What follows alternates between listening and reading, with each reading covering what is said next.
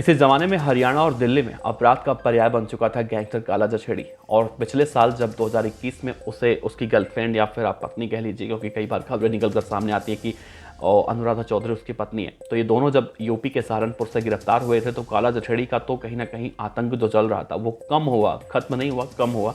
और उसे लगातार अब कोर्ट में पेशी पर लेकर जाया जाता है, तो ही उससे बाहर निकाला जाता है। नहीं तो दिल्ली के तिहाड़ जेल में आज के मौजूदा वक्त में वो सजा काट रहा है। उसके ऊपर 7 लाख रुपए का इनाम था। ये बातें तो आप सभी जानते हैं, लेकिन इन सब में सबसे अहम खबर ये है कि गैंगस्टर काला जछेड़ी अपने दुश्मनों को निपटाने के लिए दिल्ली के तिहाड़ जेल से बहुत बड़े गैंग वॉर की प्लानिंग कर रहा था। लेकिन सही समय पर पुलिस ने उसके बदमाशों को गिरफ्तार करके काला जछेड़ी के इस गैंग वॉर के प्लान को नाकाम कर दिया। तो बताएंगे आपको विस्तार से काला जछेड़ी के गैंग के बारे में और वो किसको मारना चाहता था, इन सब बातों को लेकर। तो बने रहेगा वीडियो के अंत तक। नमस्कार, मेरा नाम है देवनाथ पांडे और आप देख रहे हैं BDF न्यूज। तो हिंदुस्तान का इस वक्त का जो सबसे खतरनाक गैंगस्टर है लॉरेंस बिश्नोई, और लॉरेंस बिश्नोई गैंग का ही एक मेंबर आप कह सकते हैं गैंगस्टर काला जछेड़ी को। वैसे तो काला जछेड़ी की अपनी अलग गैंग है, लॉरेंस की अपनी अलग गैंग है, लेकिन ये दोनों एक ही गैंग में काम करते हैं, मतलब दोनों मर्ज होकर काम करते हैं। और इनके दुश्मन है नीरज बमाना, देवेंद्र बम्बिहा, कौशल चौधरी, भुप्पी राणा, जो टॉप के गैंगस्टर गिने जाते हैं ए कैटेगरी के, वो सभी इनके गैंगस्टर हैं।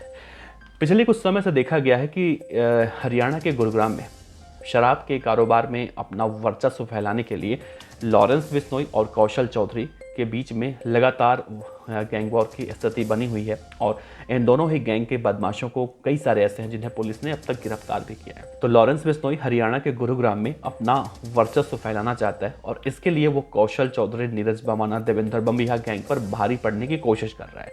और इन सब के बीच में जो दोनों गैंगों के बीच में गैंग वॉर होती है, तो गैंग वॉर को देखकर कहीं ना कहीं दोनों ही गैंगों के बदमाश मारे जाते हैं।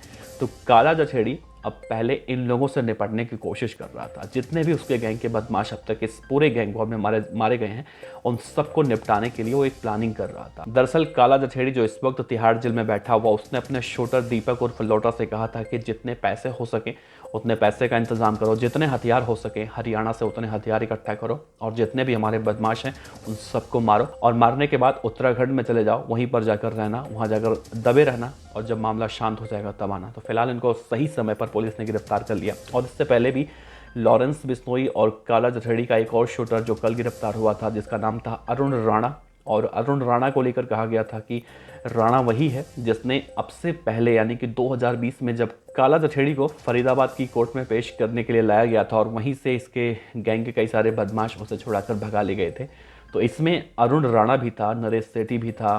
तो इन सबको तो पकड़ा गया था, लेकिन अरुण राणा उसके करीब 2 से ढाई साल के बाद पकड़ा गया। उसने भी बहुत सारी जानकारियां ऐसी हैं जो पुलिस को बताई हैं। तो मिला जुलाकर देखा जाए तो हरियाणा और दिल्ली में बहुत बड़े गैंग वॉर की प्लानिंग कर रहा था गैंगस्टर काला जछेड़ी, जिसे अब पुलिस ने नाकाम कर दिया है। उसके गैंग के बदमाशों को गिरफ्तार करके नाकाम कर दिया है। कई सारे हथियारों को भी पकड़ा गया है, उनके पास से बरामद हुआ है।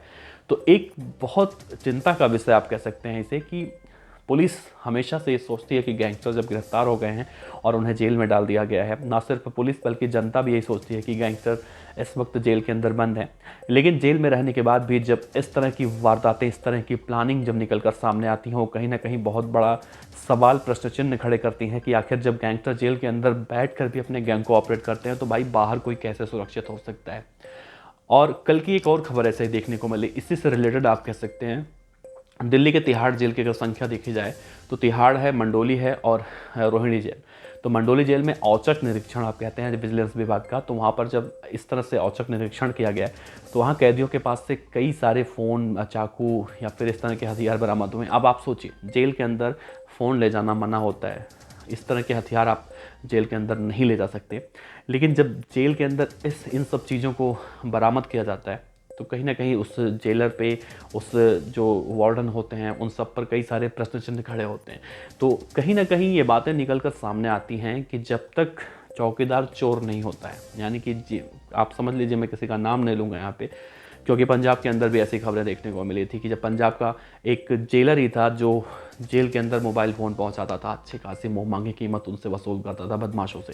तो इन सब चीज़ों पर अगर लगाम नहीं लगा तो आने वाले समय में स्थितियां और भी ज़्यादा गंभीर हो सकती हैं। तो फिलहाल आप इसे बहुत अच्छी खबर कह सकते हैं कि गैंगस्टर काला जछेड़ी का वो शूटर दीपक लोटा पुलिस की गिरफ्त में आया और तभी जाके इस गैंग वॉर को पुलिस ने टाल दिया है। लेकिन अगर इन बदमाशों पर जेल के अंदर भी कड़ी कार्रवाई, सख्त कार्रवाई नहीं की गई तो आने वाले समय में इस तरह की खबरें तो लगातार देखने और सुनने को मिलती रहेंगी, जो कहीं ना कहीं हमारे आपके हम सब के लिए, एक सभ्य समाज के लिए बहुत ज़्यादा खतरनाक है। तो फिलहाल आपका क्या कहना है? क्या गैंगस्टर काला जछेड़ी, जिसके बारे में कहा जाता है कि वो अब सुधर चुका है, अब उसके ऊपर किसी ज़माने में 7 लाख रुपए का इनाम था, लेकिन आज के मौजूदा वक्त में वो कुछ ऐसा काम नहीं कर रहा है। लेकिन दूसरी तरफ उसके उलट ऐसी खबरें आती हैं तो ये कहीं ना कहीं बहुत ज़्यादा सवालों के घेरे में खड़ा करती हैं। फिलहाल इस खबर पर आप अपनी राय दे सकते हैं, नीचे कमेंट बॉक्स में बता सकते हैं, और अगर आप कोई सुझाव देना चाहते हैं तो सुझाव भी दे सकते हैं फेसबुक, इंस्टाग्राम या फिर इसी वीडियो के कमेंट बॉक्स में। मिलते हैं अगले वीडियो में, अपना ख्याल रखिए। नमस्कार।